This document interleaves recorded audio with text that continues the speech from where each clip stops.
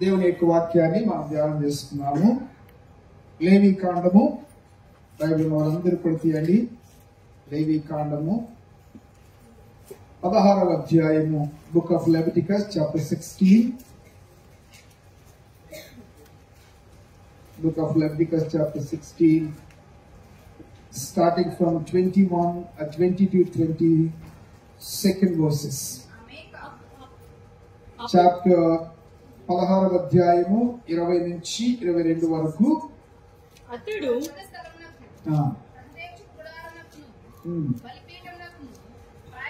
చేసి చాలించిన తరువాత ఆ సజీవమైన మేకను దగ్గరకు తీసుకుని రావాలని. అప్పుడు అహరోను సజీవమైన ఆ మేక తల మీద తన 2 చేతులు ఉంచి ఇశ్రాయేలు పాపములన్నీ అనగా వారి దోషములన్నీ వారి అతిక్రమములన్నీ దాని మీద ఒప్పుకొని ఆ మేక తల మీద వాటిని మోపి తగిన మనుషుని చేత అరణ్యంలోనికి దాన్ని పంపవలెను. ఆ మేక వారి దోషములన్నింటినీ ఎడారి దేశంలోకి భరించుకోను. అతడు అరణ్యంలో ఆ మేకను విడిచిపెట్టవలెను. దేవుని నామానికి స్తోత్రం. హల్లెలూయా. లేవి కాండం గురించి ఏమైనా తెలుసా మీకు? దేవుని నామానికి స్తోత్రం. ఇది చాలా ప్రత్యేకమైన పుస్తకము. అంటే ఎన్ని గోత్రాలు ఉన్నాయి చెప్పండి మొత్తం? There are 12 tribes, right? And the tribe of Levi was very special. లేవి గోత్రము చాలా ప్రత్యేకమైంది. ఎందుకు ప్రత్యేకమైందంటే ఈ లేవి గోత్రాన్ని దేవుడు తన యొక్క గోత్రముగా, అందుకనే మీరు బైబిల్లో చూస్తే మోషే కాలంలో గాని తర్వాత యెహోషువ వాగ్దాన దేశంలోకి వెళ్ళిన తర్వాత వారందరికీ స్వాస్థ్యాలు పంచిపెడుతున్నాడు. పంచిపెడుతున్నప్పుడు ఒక గోత్రానికి స్వాస్థ్యం లేదు. ఏ గోత్రమో చెప్పండి? లేవి గోత్రం. మరి ఈ గోత్రానికి స్వాస్థ్యం ఏంటి? దేవుడే వారి స్వాస్థ్యం. అందరికీ ఒక్కొక్కరికి ఒక్కొక్క ప్రాంతాన్ని ఇచ్చాడు. యెహోషువ హెబ్రోన్ని కాలేబుకి ఇచ్చాడు, ఎఫ్రాయిము కొంతమందికి, అలాగూ ప్రాంతం అన్ని కూడా పంచిపెట్టిన తర్వాత మరి యొక్క గోత్రానికి ఎలాంటి స్వాస్థ్యం లేదు. అయితే లేవి కాండము బైబిల్లో 3వ పుస్తకం. ఈ పుస్తకం అంతా ఏంటంటే పరిశుద్ధతని గురించినటువంటి పుస్తకం. పరిశుద్ధత, దేవుని యొక్క మందిరంలో పనిచేసేటువంటి వారు, ఆ మందిరంలో పనిచేసేటువంటి వారు ఎలా ఉండాలి అనే విషయాన్ని గురించి ఈ పుస్తకంలో చాలా చక్కగా మోషే మనందరికీ వివరించాడు. అయితే 16వ అధ్యాయంలోకి వచ్చేలోపు ఒక పండుగ మనం చూస్తాం కదా. మనందరికీ పండుగలు అంటే ఇష్టం. పండుగ అంటే ఏం చెప్పండి? ఏంటి పండుగ అంటే? పప్పులు, బట్టలు, ఇంకేం చెప్పండి? మీరెవరు పండుగలు చేసుకున్నట్టు లేదు. మేము చిన్నప్పుడు క్రిస్మస్ వస్తుందంటే మాకు పెద్ద పండుగ. పండుగ అంటే వేడుక. నేను చాలాసార్లు చెప్పాను కదా, సంవత్సరానికి 2 సార్లు మేము చిన్నప్పుడు బట్టలు కుట్టించుకున్నాము. ఒకటి క్రిస్మస్ పండుగకి, రెండవది ఎప్పుడంటే జూన్లో స్కూల్ స్టార్ట్ అవుతుంది కదా, అప్పుడు ఒక జత. ఆ జత ఏంటంటే యూనిఫామ్. ఇక దానికి మన ఛాయిస్ లేదు, రైట్? తెల్ల చొక్కా, బ్లూ నిక్కర్. తెల్ల చొక్కా, బ్లూ నిక్కర్. ఎందుకంటే గవర్నమెంట్ స్కూల్ వాళ్ళు ఏం చెప్తే అది వేసుకోవాలి. పండగప్పుడు మాత్రం అప్పుడు కూడా చిన్నవాళ్ళం కదా, ఛాయిస్ లేదు కదా. ఇప్పుడైతే చిన్నపిల్లలు తీసుకెళ్ళి నాకు అది కావాలి, నాకు ఇది కావాలంటారు. ఆ రోజుల్లో అది కావాలి ఇది కావాలంటే 2 వేసి మేము ఏది కొంటాం అది తీసుకోలేదు, రైట్? అయితే ఆ బట్టలు కొన్న తర్వాత టైలర్ దగ్గరికి ఇచ్చేవాళ్ళం. దర్జీకి ఇచ్చిన తర్వాత, బట్టలు కుట్టేవాళ్ళకి ఇచ్చిన తర్వాత ప్రతిరోజు ఆయన దగ్గరికి వెళ్తున్నా, చొక్కా అయిపోయిందా, నా ప్యాంట్ అయిపోయిందా? ఎందుకంటే పండుగ దగ్గరికి వచ్చేవారు. ఆయన ఒక్కొక్కసారి కొన్నిసార్లు ఏం చేసేవాడు, రోజు వెళ్ళి విసిగిస్తున్నాడు, కరబట్టి కొట్టేవాడు, కరబట్టి కనబడేవాడు అంట.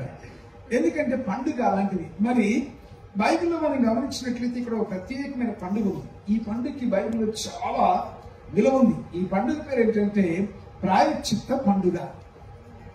ఇశ్రాయేలు ప్రజల కొరకు ప్రధాన యాజకుడైనటువంటి అహరోను సంవత్సరంలో ఒక్కమారు దేవుని యొక్క అతి పరిశుద్ధ స్థానం అతి పరిశుద్ధ స్థలం అంటే ఇప్పుడు ఉదాహరణకి చూడండి, ఇప్పుడు ఇదిగో ఇక్కడ నేను నిలబడినది అతి పరిశుద్ధ స్థలం. ఇలాగే వాస్తవంగా మీరు మీ సంఘంలో చూస్తారు కదా, చర్చిల్లో ఏం చేస్తారు, కొంతమంది అక్కడ పాస్టర్ గారు మాత్రమే అక్కడికి రావాలి, ఏం చేస్తారు, బ్యారికేడ్స్ పెడతారు.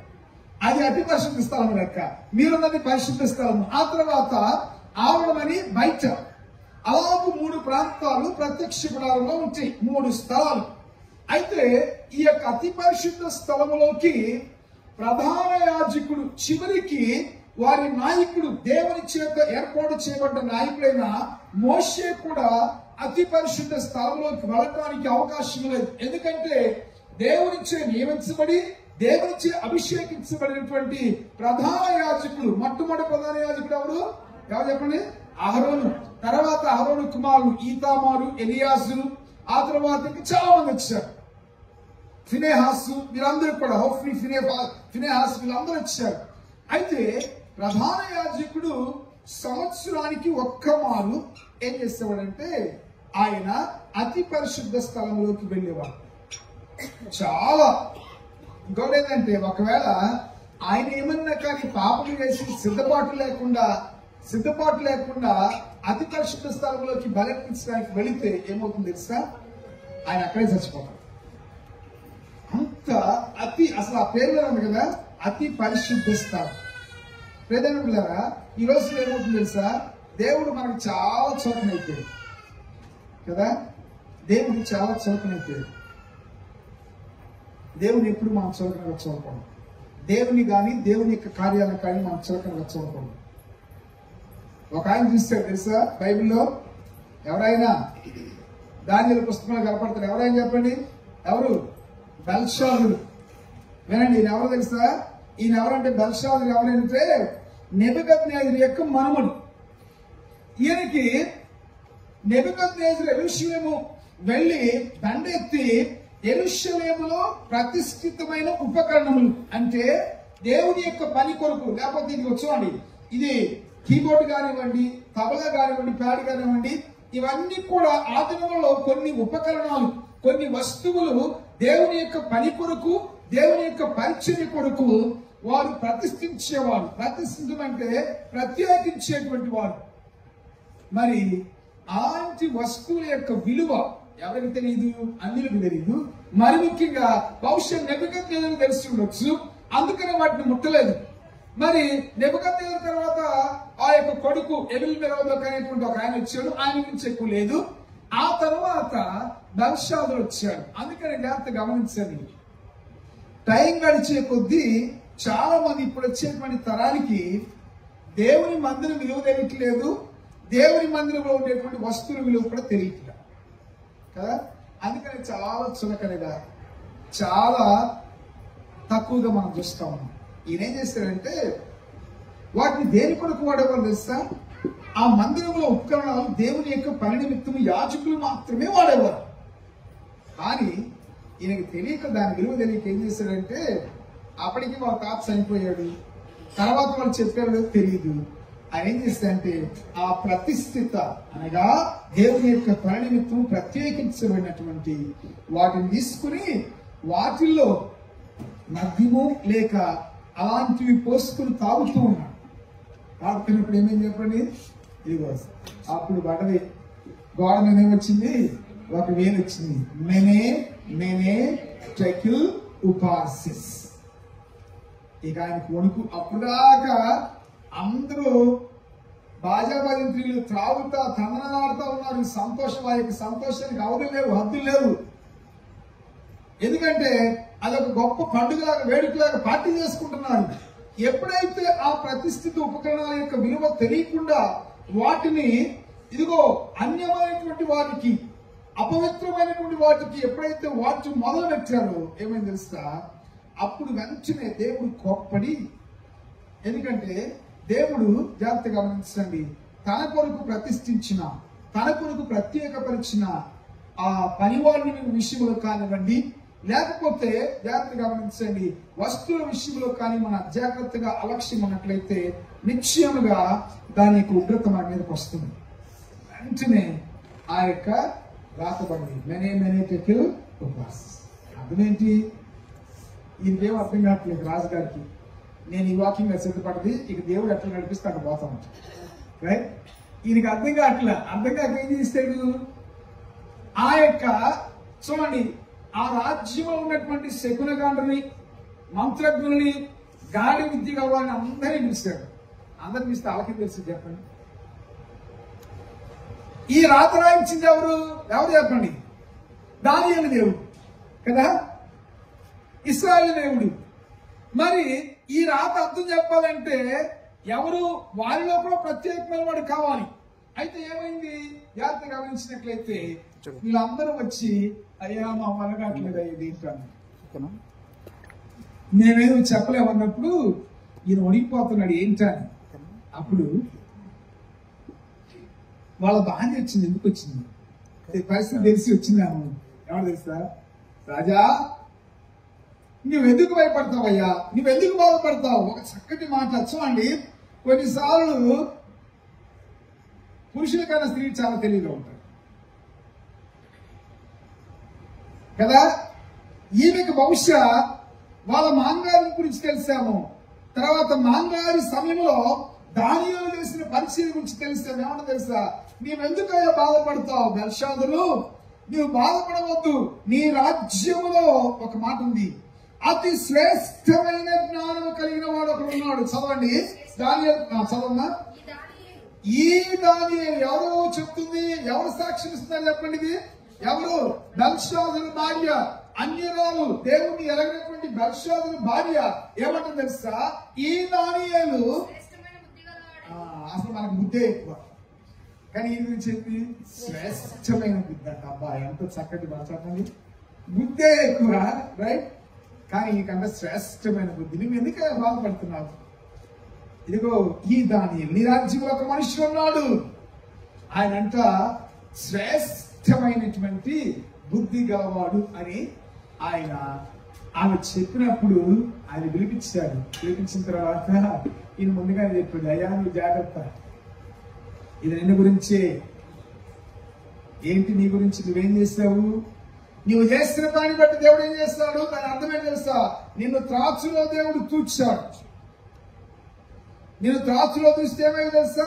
నీవు తూకానికి సరిగ్గా రాలేదు, నీ సమయం వాస్తవమైంది, నీవు చేయవలసింది చేయలేదు. ఏం చేస్తున్నావంటే ఇదిగో దేవుని యొక్క మందిర పని కొరకు మీ యొక్క తాత వాటిని జాగ్రత్తగా భద్రపరచడానికి తెలుసు వాటి యొక్క విలువ, కానీ నీవు మాత్రము వాటి యొక్క విలువ, వాటి యొక్క ప్రాశస్త్యత తెలియకుండా ఇష్టానుసారంగా చేస్తాడు. కాబట్టి ఇదిగో నీ మీదకి దేవుని యొక్క ఉగ్రత వచ్చింది. నేను దేవుడు త్రాసులో తూచాడు, చూస్తే నువ్వు సరిపోలేదని చెప్పినప్పుడు తర్వాత ఆయన చనిపోయాడు. పేదల జాగ్రత్తగా గమనించండి. మరి మనము దైవికమైన వాటిని, ఈ లోక సంబంధమైన వాటిని కొన్నిటిని మనం చాలా సీరియస్ గా తీవ్రంగా పరిగణిస్తాం. కానీ దేవుని విషయాలను ఎలా ఉంచున్నాం? దేవుని విషయాలు స్థూలకంగా చూస్తున్నావా? ఈ యొక్క దేవుని యొక్క విషయాలని, దేవుని మందిరం కొరకు ప్రతిష్ఠించబడినటువంటి వస్తువులను, ఉపకరణములను ఈయన చాలా చులకనగా చూస్తాడు. కాబట్టి దేవుని యొక్క ఉగ్రత తన మీదకి వచ్చింది. ఎన్నడూ కూడా ఊహించలేదు, ఎన్నడూ కూడా ఎలా జరుగుతుందని అనుకోలేదు. సంతోషంతో ఉన్నాడు, చాలా ఆనందంతో ఉన్నాడు. మరి ఏమని తెలుసా? వెంటనే ఈ యొక్క ఇది వచ్చింది. అందుకనే మరి ప్రియదేవుడు జాగ్రత్తగా గమనించండి. దేవుని విషయాలు మనం చులకనగా చూడవద్దు. అది ఏదన్నా కానివ్వండి, దేవుని పని కానివ్వండి, దేవుడు మీకు అప్పగించిన పనిని, అది పాటల పాటలు కావచ్చు, ఏ చిన్న పనైనా కానీ, దేవుని మందిరంలో నువ్వు చేసేటువంటి ఏ చిన్న పరిచర్య అయినా కానీ దేవుని దృష్టికి చాలా ఉన్నతమైంది, దేవుని దృష్టికి చాలా విలువైంది. మనం చాలాసార్లు అనుకుంటూ ఉంటాం, ఇప్పుడైతే మనకి ఈ పని లేదు, ఏది మన హాల్ నీట్ గా క్లీన్ చేసుకునే పని లేదు, లేకపోతే కుర్చీలు వేసే పని లేదు. మనం కొన్నిసార్లు చాలాసార్లు ఏమన్నా తెలుసా? ఈ పని చాలా తక్కువది కదా, ఈ పని చేస్తే నాకు విలువ ఏంటి, నాకు నిజంగా నాకు ప్రతిఫలం వస్తుందా అని మనం ఏం చేస్తామంటే అటువంటి చిన్న చిన్న పనులు మనం నిర్లక్ష్యం చేస్తూ ఉంటాం. మరి ఇక్కడ దేవుని యొక్క వాక్యంలో మనం గమనించినట్లయితే అలాంటి పని చేయటానికి దేవుడు ఎవరినంటే అహరోనుని నియమించాడు. అందుకని అహరోను చాలా జాగ్రత్తగా ఉండేటువంటి వాడు. అహరోను దేవుడు నియమించినప్పుడు అహరోను జాగ్రత్తగా ఉన్నారు. అయితే ఇక్కడ ఈ లేఖలో మనం గమనించినట్లయితే వాళ్ళ పండుగ, ఒక పండుగ ఉంది. ఆ పండుగ పేరు ఏంటంటే ప్రాయశ్చిత్త పండుగ. ప్రాయశ్చిత్తం అంటే అర్థం ఏంటి? వాళ్ళకి ఎన్ని పండుగలు ఉన్నాయి చెప్పండి? 7 పండుగలు ఉన్నాయి కదా. 7 పండుగలలో మొట్టమొదటి పండుగ పస్కా పండుగ. పస్కా అంటే అర్థం ఏంటి? దాటిపోవుట అని అర్థం కదా. పస్కా అంటే అర్థం ఏంటి? దాటిపోవుట. వారు ఐగుప్తులో ఉన్నప్పుడు ఏమైంది? వారు ఐగుప్తులో ఉన్నప్పుడు సంహార దూత ముందుగానే చెప్పాడు ఏమని? ఇదిగో ఐగుప్తు దేశంలో గొప్ప ఘోష, మరణ ఘోష వినపడబోతుంది. ఐగుప్తులో నుండి ప్రతి జ్యేష్ఠుడిని కూడా సంహారంతో చంపబోతుంది. అయితే మీరు తప్పించుకోవాలంటే ఆ సంహార దూతకు బలి కాకుండా మీ యొక్క సంహార దూత మీ యొక్క ఇంట్లో ప్రవేశించకుండా ఉండాలంటే మీరేం చేయాలి? గొర్రెలను వధించి ఆ యొక్క రక్తం ఏం చేయాలి? ద్వారబంధముల మీద రాసుకోవాలి. అసలు అక్కడ చిత్రం ఏంటంటే, ఇక్కడ మంచి అర్ధరాత్రి టైంలో అందరూ నిద్రపోతూ ఉంటారు. అందరూ నిద్రపోతూ ఉన్నప్పుడు ఏమవుతుందంటే సంహార దూత ఇంటికి వచ్చింది. ఇంటికి రాగానే ఏం చేస్తాడు? ఇంటి ఎదురు చూసి అక్కడ ఆ ఇంటి మీద గొర్రెపిల్ల రక్తం ఉందా లేదా, లేకపోతే ఏం చేసింది? లేకపోతే ఇంట్లోకి వెళ్ళిపోయి జ్యేష్ఠుని పట్టుకుని చంపేసింది. ఒకవేళ ఆ పక్కనింటికి గొర్రెపిల్ల రక్తం ఉందనుకోండి, ఏమవుతుంది? ఆ ఇంట్లోకి ప్రవేశించండి. అలాగూ ఏంటంటే ఆ సంహార దూత దాటిపోతుంది. దాన్నే పస్కా అంటారు, దాటిపోవుట. ఆ పండుగ అయిపోయింది. అయితే ఇప్పుడు మనం చూసేటువంటి పండుగ పేరు ఏంటంటే ప్రాయశ్చిత్త పండుగ. అదేమో దాటిపోవుట, ఇదేమో ప్రాయశ్చిత్తం అంటే కప్పుట అని అర్థం. ఏమి కప్పాడు యేసయ్య? జాగ్రత్త గమనించండి. ఇక్కడ ఏమవుతుందంటే ఆ దినమున ఒక గొర్రెపిల్లను, ఒక మేకపిల్లను అహరోను తీసుకుని ఏం చేస్తాడంటే గొర్రెపిల్లను తన కొరకు వధించుకుంటాడు. వధించుకుని తన కొరకు బలి చేసిన తర్వాత ఒక మేకపిల్లను, అక్కడ ఏమో తెలుసా? సజీవమైన మేకపిల్లను. ఈ మేకపిల్లను చంపడు. ఈ సజీవమైనటువంటి మేకపిల్లను ఏం చేస్తారంటే ఈ మేకపిల్ల మీద సంవత్సరం మొత్తానికి వారు చేసిన పాపాలన్నీ కూడా ఏం చేస్తాడు? మోపుతాడు. ఎవరు? అహరోను. ఆ పాపములన్నీ కూడా మోపి ఏం చేస్తాడంటే ఆ మేకపిల్లను అరణ్యములోకి పంపివేస్తాడు. మరి ఇదే నా తొందరగా నేను 3 విషయాలు, క్షమాపణ అంటే ఏంటో 3 విషయాలు దేవుని యొక్క వాక్యంలో మీకు చెప్పాలని ఇష్టపడుతున్నాను. ఇక్కడ పాప క్షమాపణ గురించి, శిలువ గురించి మనం మాట్లాడుకోవడానికి గల కారణం ఏంటంటే శిలువలో ఆయన చేసిన కార్యం యొక్క ఆ యొక్క ఇదేంటంటే ఆయన మన పాపాలు క్షమించారు. అయితే క్షమాపణకు ఉన్నటువంటి 3 అర్థాలు మనం దేవుని యొక్క వాక్యంలో మనం గమనించినట్లయితే, మొట్టమొదటిగా చదవడం త్వరగా మనము దేవుని యొక్క వాక్యాన్ని చూద్దాము. త్వరగా ముగించుకున్న యోహాను సువార్త 1వ అధ్యాయము 29వ వచనం. మరునాడు యోహాను యేసు తన యొద్దకు రాగా చూచి, ఇదిగో లోక పాపమును మోసుకుని పోవు దేవుని యేసు ఏం చూడండి. యోహానుకి ఏం గుర్తొచ్చింది తెలుసా? ఏం గుర్తొచ్చింది యోహానుకి? ఆ యొక్క ప్రాయశ్చిత్త దినమున, వినండి జాగ్రత్తగా, ప్రాయశ్చిత్త దినమున ఇశ్రాయేలు ప్రజలందరూ కూడా ఆ సంవత్సరం అంతా చేసినటువంటి పాపాలని ఆ యొక్క మేకపిల్ల మీద వేసి అరణ్యములోకి పంపించేటువంటి మేకపిల్ల గుర్తొచ్చింది. ఈ మేకపిల్ల ఎలా ఉంటుంది చెప్పండి? మేకపిల్ల ఏం చేస్తుంది? ఆ వారి పాపములన్నీ ఇశ్రాయేలు ప్రజలు ఎంతమంది ఉంటే వారందరి పాపములు తన వీపు మీద వేసుకుని మోసుకుని ఏం చేస్తుంది? వెళ్ళిపోతుంది. ఒక్కసారి యేసుని చూడంగానే, ఎందుకు తెలుసా? యోహానుకి పాత నిబంధన తెలుసు, వాక్యం ఎరిగిన వాడు, పాత నిబంధన బాగా చదివినవాడు. చూడండి యేసు ఎక్కడికి వస్తుందో చెప్పండి. యేసయ్య బాప్తీసానికి వస్తున్నాడు. బాప్తీసానికి వస్తుంటే బాప్తీసం ఇచ్చే యోహానుకి యేసుని చూడంగానే ఏం గుర్తొచ్చిందంటే ఇది గుర్తొచ్చింది. మీరేమంటారు? మిమ్మల్ని గొర్రెపిల్లతో మేకపిల్లతో పోసి ఊరుకుంటారా? ఊరుకుంటా చెప్పండి? ఊరుకుంటారు. కానీ దాంట్లో ఎంత గోడమైనటువంటి అర్థం ఉండొచ్చు అండి. ఇదిగో వచ్చేటువంటి యేసయ్య ఎవరో తెలుసా? అప్పట్లో అందరూ ఇశ్రాయేలే కదా, అందరూ యూదులే, అన్యులు ఇంకా రాలా, అందరికీ తెలుసు.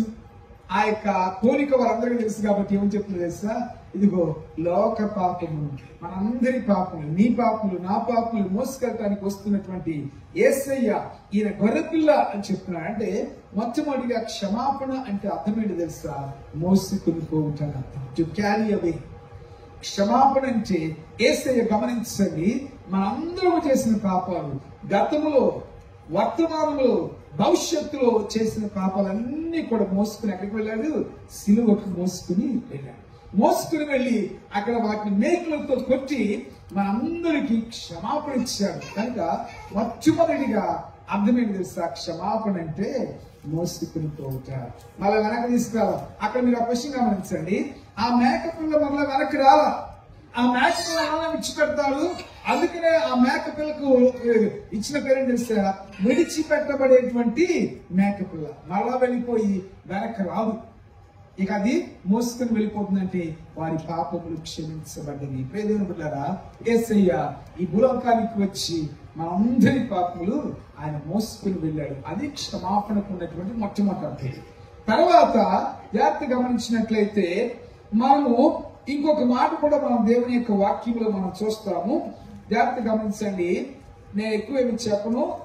ఇంకొక మాట ఏమనుందంటే క్షమాపణ అంటే,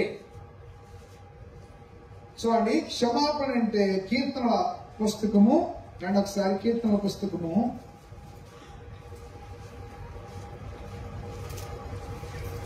కీర్తనల పుస్తకంలో ఒక చోట ఏమనంటే, మన పాపములు పడమటికి తూర్పెంత ఎడమో మన పాపములకు అంత ఎడము చేసి ఉన్నాడు అనేటువంటి మాట మనం దేవుని యొక్క వాక్యములు కీర్తనల పుస్తకంలో మనం చూస్తాము. అది రెండవదిగా క్షమాపణ అంటే అర్థం ఏంటంటే వేరు చేయుట అని అర్థం.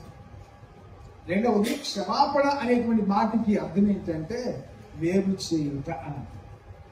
ఏం చేస్తాడు? అందుకని తెలుగులో అప్పుడు చక్కగా ఒక పాట పాడారు కదా, పడమటికి తూర్పెంతో ఎడమో పాపములకు మనకు నంత. పడమటికి తూర్పెంతో ఎడమో పాపములకు మనకు నంత. పడమటికి తూర్పెంతో ఎడమో పాపములకు మనకు నంత. ఎడమ కలుగా చేసి ఉన్నాడు మన పాపములను, ఎడముగానే చేసి ఉన్నాడు. ఆ కారణముచే దేవ సంస్తుతి చేయవే మనసా, దేవ సంస్తుతి చేయో మన జీవమాయే పావనాన మూర్తించువా. ఆ కారణముచే దేవ సంస్తుతి చేయవే మనసా. హల్లెలూయా. రెండోది ఏంటంట? ఎడమగా చీటు, మన పాపాన్ని దూరముగా చేశారు. చూడండి, 103వ కీర్తన 12వ వచనం కొరత. 103వ కీర్తన 12వ వచనం. పడమటికి తూర్పు ఎంత దూరము ఆయన మన అతిక్రమములను. ఎంత చక్కటి వర్ణన. ఆ రోజుల్లో మనం అనుకుంటాం, ఈ రోజుల్లో చాలా జ్ఞానం ఉందనుకుంటాం కదా. ఈ బైబిల్ రాసిన మనకన్నా జ్ఞానవంతుడు. ఎవరన్నా లెక్క పెట్టగలరా? పడమటికి తూర్పుకి ఎంత ఎడముందో లెక్క పెట్టగలరా? ఎవరో వేస్తారు, లెక్కలు వేస్తారు, శాస్త్రవేత్తలు లెక్కలు వేస్తారు. కొన్నిసార్లు వాళ్ళే కూడా ఇది పిచ్చి లెక్కలు అయిపోతారు. అంటే దేవుడు చూడండి, మనం కొలవలేము.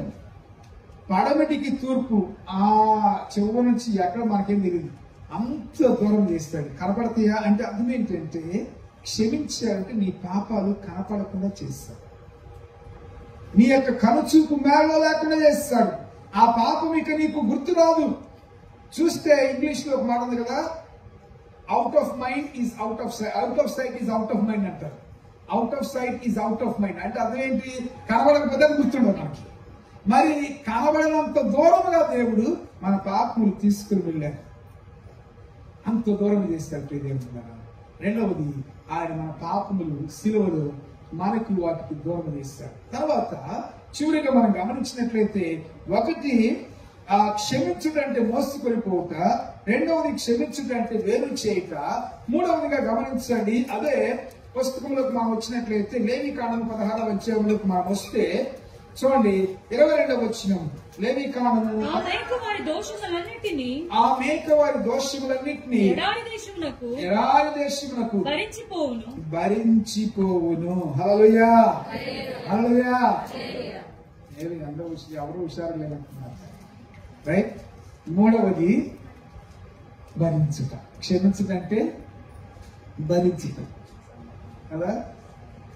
చాలాసార్లు ఏమంటారు పిల్లల్ని, అరే మిమ్మల్ని భరిస్తున్నారు అంటారు కదా. భరిస్తున్నారు అంటే అర్థం ఏంటి? మిమ్మల్ని క్షమిస్తున్నావు అని అర్థం. భరిస్తున్నావు, సహిస్తున్నావు అంటే అర్థం ఏంటి? వాళ్ళు విసిగిస్తున్నారు, వాళ్ళ మాట వెంటలా అవిధేయంగా ఉంటున్నారు. మీరు ఇద్దరు పిల్లలను భరించడానికి ఎంత బాధపడతారు. మరి దేవుడి మనల్ని ఎంతగా భరిస్తున్నాడు? ఎంతమంది పిల్లలు దేవుడికి చెప్పండి అమ్మా, ఎంతమంది పిల్లలు? ఇద్దరు పిల్లలు భరించడానికి నయోమి వాళ్ళ మనవడు ఫీమే కొడుకు ఆయన భరించలేక కిటికీ కట్టేసింది. కుర్చీ కొట్టి ఆడు మామూలుగా కాదు, మొత్తం ఇల్లు మీకు పని చేస్తాడు. మరి ప్రార్థన చేసినా నాకు తెలియదు కానీ ఈ విషయం పోయినాక తెలిసింది. వాడు ఇల్లు వాడిని భరించలేక ఏం చేసింది? కుర్చీ కట్టేసింది. లేకపోతే గ్యాస్ దగ్గరికి దాన్ని తిప్పుతాడు, వాటర్ ట్యాప్ అయి తిప్పితే పర్లా, గ్యాస్ తిప్పడం అనుకుంటే ఏమైనా అవుతుంది కదా, భరించలేదు. మరి ఒక్కడిని ఆడంత 3 నెలలు ఉంటాడు అంతే, ఆడింటికాడ వెళ్ళిపోతాడు. మరి అన్నే భరించలేకపోతే మరి దేవుడు మన అందరం భరించుకున్నారు. మనం మామూలు సామాన్యంగా చెప్పండి, మనం దేవుడిని ఎంత విసిగిస్తాం చెప్పండి, ఎంతగా విసిగిస్తున్నాం. అయినా కానీ ఆయన భరిస్తున్నట్లు దేవుడు నిన్ను క్షమిస్తున్నాడంటే నిన్ను భరిస్తున్నాడంటే అర్థం తెలుస్తా. ఆయన క్షమించాడు కాబట్టి నీవు అవిధేయుడైనప్పటికీ కూడా, ఆయన మాటకు లోబడకపోయినా, ఎన్నిసార్లు విసిగించినా కానీ ఆయన నిన్ను చూడండి భరించేటువంటి దేవుడు. ఆయన క్షమించాడు కాబట్టి నిన్ను సహిస్తున్నాడు. నీ పట్ల సహనాన్ని, ఓర్పుని ఆయన చూపిస్తున్నట్లు దేవుని యొక్క వాక్యంలో మనం చూస్తాం. చూడండి, ఇశ్రాయేలు గురించి దేవుడు ఒక చక్కటి మాట తన వాక్యంలో ఉన్నది. ఒకసారి మనము గమనిస్తాము. యెషయా పుస్తకము 46వ అధ్యాయము, యెషయా పుస్తకము 46వ అధ్యాయం 3వ వచనము.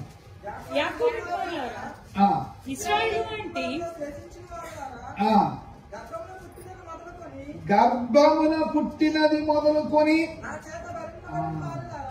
ఇదిగో అంటే అర్థం ఏంటి? వీరిని ఐగుప్తు నుండి తీసుకొచ్చినప్పటి నుంచి ఎన్నిసార్లు విసిగించారు చెప్పండి దేవుణ్ణి.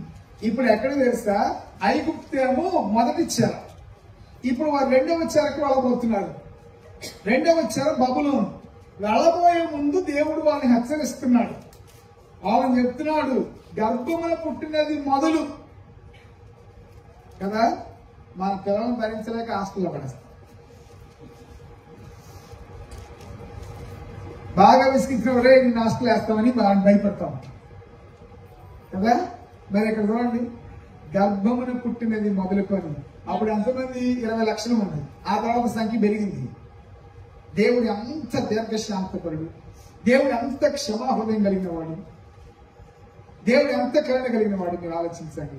ఏమన్నా తెలుసా? గర్భమున పుట్టినది మొదలుకొని నా చేత భరింపబడిన వాళ్ళ తల్లిమడిలో కూర్చుండేది మొదలుకొని సంఖ పెట్టుకుని వాళ్ళారా మాట ఆలకించుడి. ఇలా ఎంటలేదు. అందుకనే దేవుడు ఏమన్నా తెలుసు, నా మాట దేవుని బిడ్డలారా జాగ్రత్తగా గమనించండి. మరి యేసయ్య సిలువలో చేసిన దానికి దీనికి పోలికున్నది. ఆయన సిలువలో క్షమించాడు అంటే అర్థం ఏంటంటే నీ పాపములు మోసుకుని వెళ్ళాడు. క్షమించాడు అంటే అర్థం ఏంటంటే నీ పాపములు దూరం చేస్తాడు. ఆయన క్షమిస్తున్నాడు అంటే అర్థం ఏంటి? ఇంకా భరిస్తూనే ఉన్నాడు. మరి మనం భరించలేం, మనం క్షమించలేం. యేసయ్య కూడా మనలాగా ఉంటే మనందరం ఎప్పుడూ చచ్చిపోయేవాడు కదా. ఏసే మనలాగా ఉంటే మనందరం ఎప్పుడో చచ్చిపోయేవాళ్ళం. అందుకని పౌలు చక్కటి మాట అంటున్నాడు, మనం ఎలా ఉండాలి? యేసు మనల్ని క్షమించిన రీతిగా మనం కూడా క్షమించుకోవాలని ఒక మాట చెప్తున్నాడు. ఆ మాట చెప్పి నేను ముగిస్తాను. ఎఫెసీ పత్రిక రెండు ఒకసారి. ఎఫెసీ పత్రిక